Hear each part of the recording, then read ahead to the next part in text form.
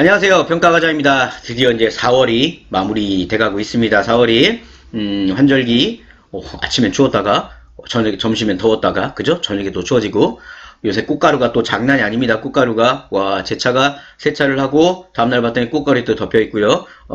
기관지 주의하시기 바랍니다. 저도 코로나 이제 회복을 거의 많이 해가고 있고요. 이제 조금 있으면 아직도 근데 피로감이 아직도 후유증이 남아 있어가지고 애가 얼굴에 힘이 안 들어가고 있긴 해요. 그래도 힘을 내도록 할게요.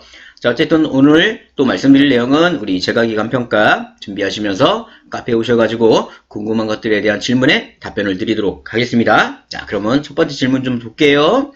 그 전에 지금 화면에 보고 계시는 열심 멤버 자료실이라는 게 있잖아요. 우리 처음 오신 분들에 대해서 있어서 말씀을 좀 드릴게요.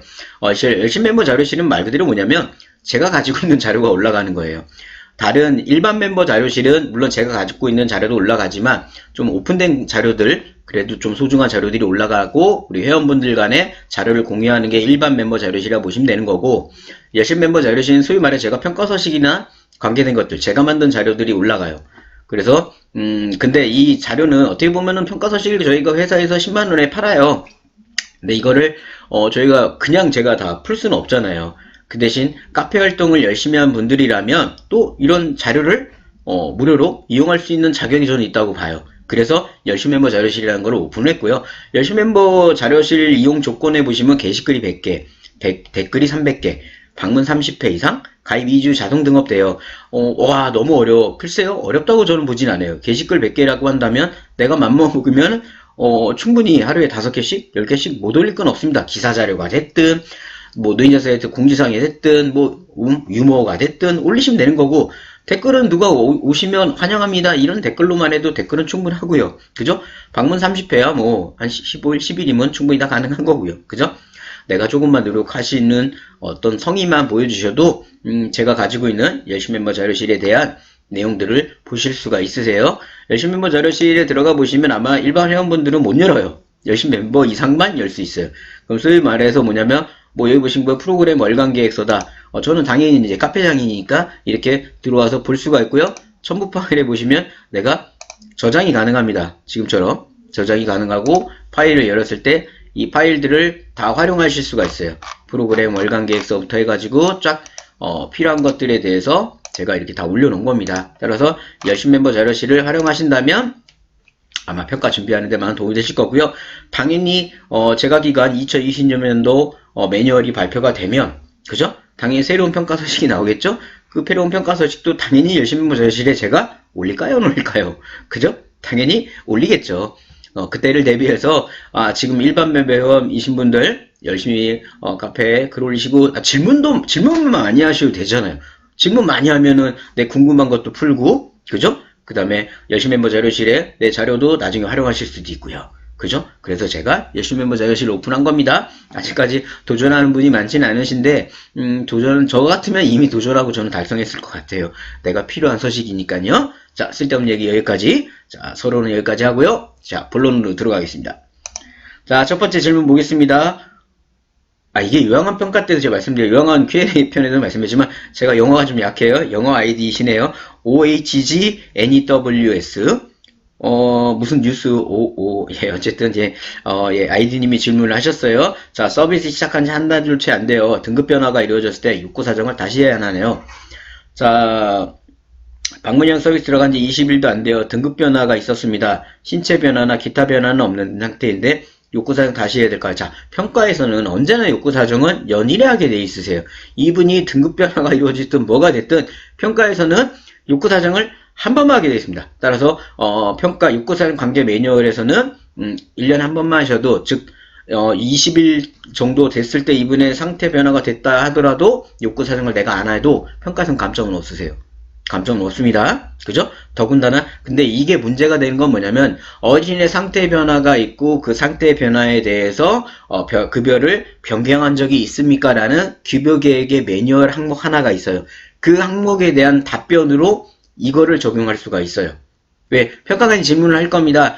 급여계획이 변경된 분이 있으신가요? 그러면 그 변경된 거에 대한 변경한 거를 진행한 내용을 보여주세요라고 평가관이 질문을 합니다. 근데 만약에 이 어르신 같은 경우 이 어르신 같은 건 등급이 변경이 돼가지고 저희가 요구사항을 다시 해서 급여 계획을 변경했습니다라고 얘기해 주시면 멋지게 점수를 받으시는 거예요.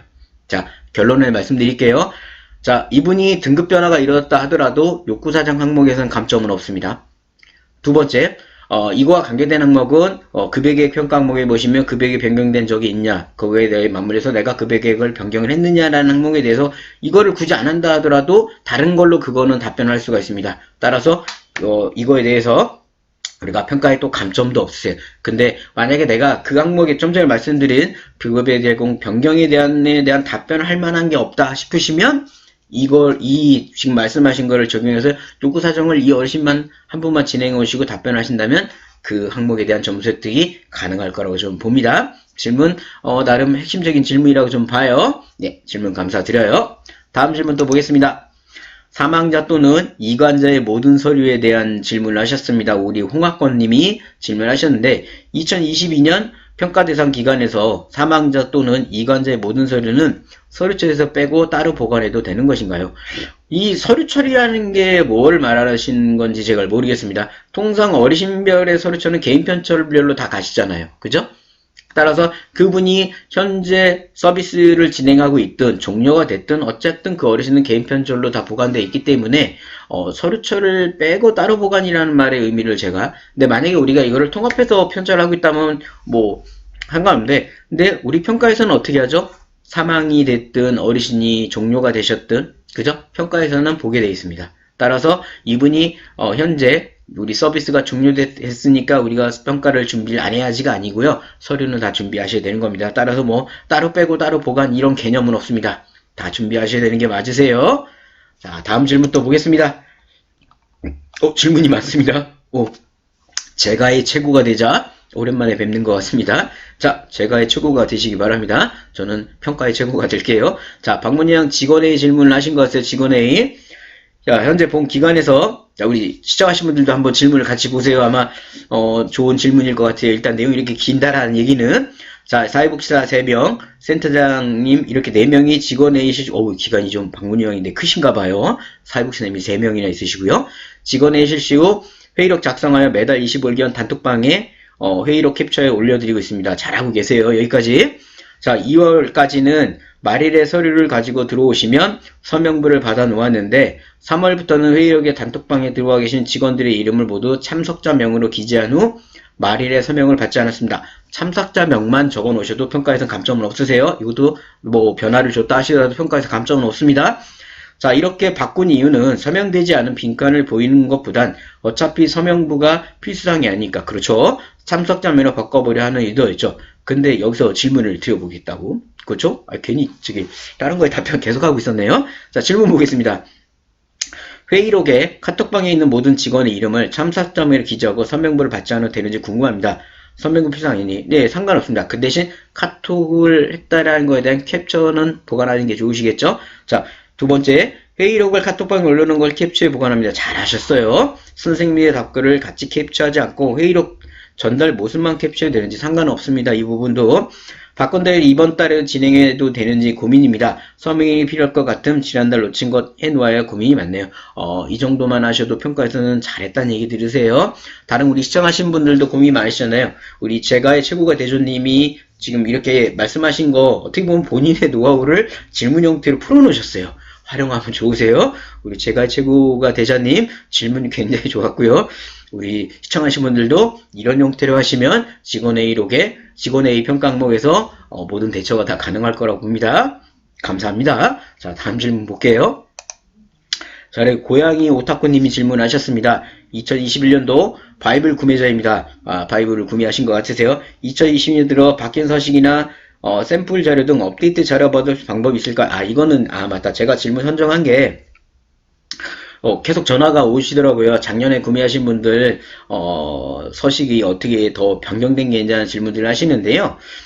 당연히 저희가 아마 지금 현재까지도 우리 제가견 평가 매뉴얼 발표되기 전에, 평가 바이블을 구매하신 기관들에 대해서는 새로운 매뉴얼이 나오면 그 매뉴얼에 맞는 평가 서식을 구성해서 평가 서식은 저희가 이메일로 보내드릴 거예요. 근데 아직 매뉴얼이 나오질 않았기 때문에 지금 보내드리질 못하고 있는 것 뿐입니다.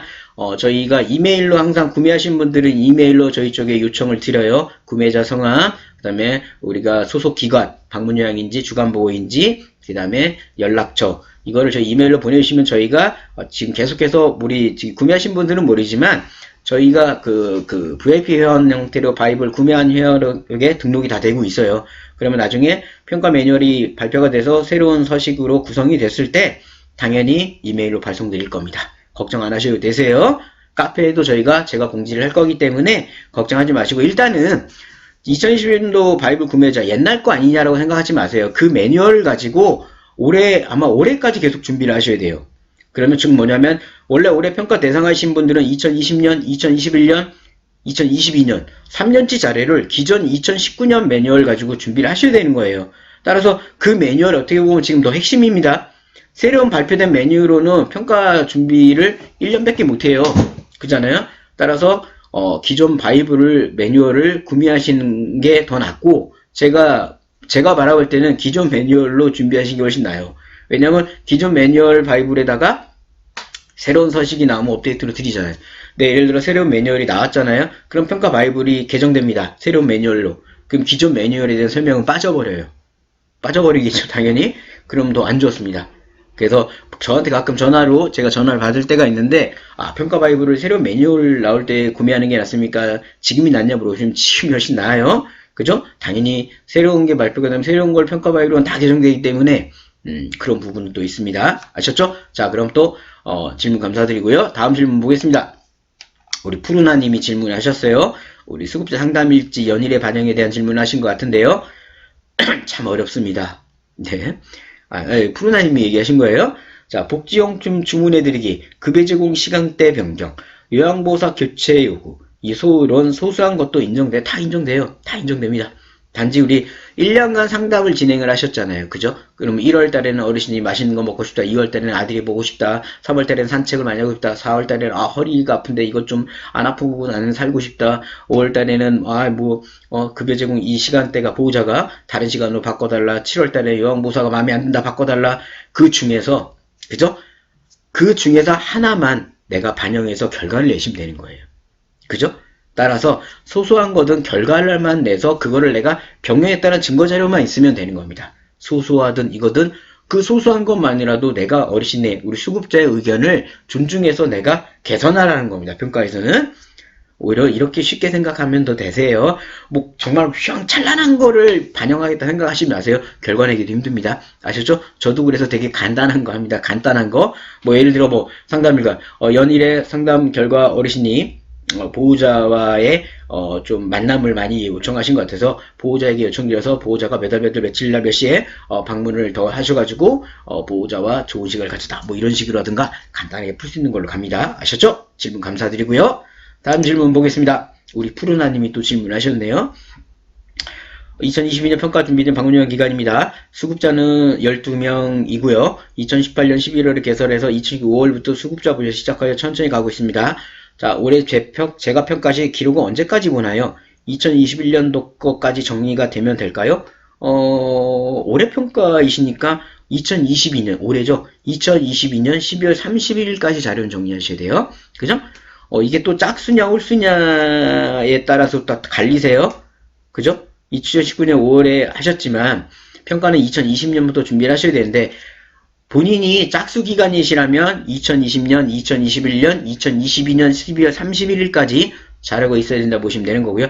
내가 홀수 기간이다 하시면 원래대로 하면 내년이잖아요. 근데 지금 평가 1년 정도 지금 연기가 됐어요. 제가 기간도. 그러면 2021년, 2022년, 2023년을 준비하셔야 되는 겁니다. 아셨죠? 2021년도까지 정리는 아니에요. 그건 요양원입니다. 아셨죠? 자, 다음 질문, 오늘의 마지막 질문을 보겠습니다. 우리 홍학권님이 질문하셨는데요. 2022년 제가 대상 평가센터고요. 급여 명세서를 매달 카톡으로 보내고 있습니다. 잘하셨습니다.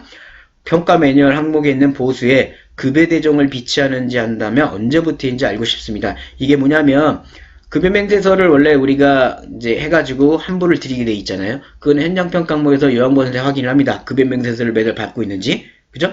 그리고 우리가 기관에서는 그 환불을 보관하고 급여대장을 비치를 해야 되죠. 이거는 예전부터 하셨던 거예요. 예전부터.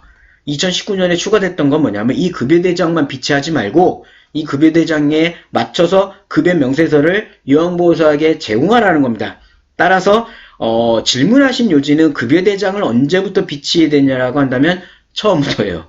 처음부터 급여대장은 있어야 되는 겁니다. 단지 급여명세서를 매달 카톡으로 보낸 거에 대해서는 우리가 19년 평가 때 이게 추가가 됐던 겁니다. 따라서 올해 평가라고 하신다면 2020년 올해 면약의 평가 대상이시라면 2020년 1월 1일부터는 급여명세를 매달 카톡으로 보내는 거에 증거자료가 있어야 되고 급여대장도 2020년 1월 1일부터 급여대장이 있으셔야 되는 겁니다. 아셨죠? 항상 우리가 올해인지 내년인지 그 다음에 기존 매뉴얼을 항상 보셔야 돼요. 기존 매뉴얼 갖고 지금 올해까지 가야 되거든요. 자, 질문 감사해요, 홍학권님. 자, 오늘도 우리 재가기간 궁금한 거에 대해 답변을 드렸습니다. 궁금한 거 좀 해소가 되셨나요? 화면에 보고 계신 열심 멤버 자료실에 들어오시면 우리 평가 서식 무료로 다 이용하실 수가 있고요. 새로운 따끈따끈한 서식이 올라오는 것도 제가 돈 주고 파는 저희가 유료 평가 서식도 올라옵니다. 또 제가 여러가지 유익한 우리 그 VIP에 나가는 이런 유익한 자료들도 올릴 예정이에요. 따라서 지금 우리 시청하신 분들이 이 열심 멤버 자료에 도달을 하신다면 많은 나중에 도움이 되실 거예요. 왜냐하면 요양원에서 근무를 1년만 하실 거 아니잖아요. 앞으로 쭉 저희 평가 하과장도 쭉 나갈 거거든요. 한번 열심 멤버가 된다고 등급이 떨어지지 않잖아요. 저희는 제가 등급 떨어지는 건 안 해요. 그러니까 앞으로 많은 자료를 이용할 수 있기 때문에 우리 시청하신 분들 지금처럼 질문을 많이 하시면 되세요. 그러면 화면에 보고 계시는 열심 멤버 자료, 열심 멤버를 달성을 쉽게 하실 수 있습니다. 아셨죠? 자, 영상이 마음에 드셨다면 구독, 좋아요 부탁드리도록 하겠습니다. 저는 여러분의 하과장이었습니다. 감사합니다.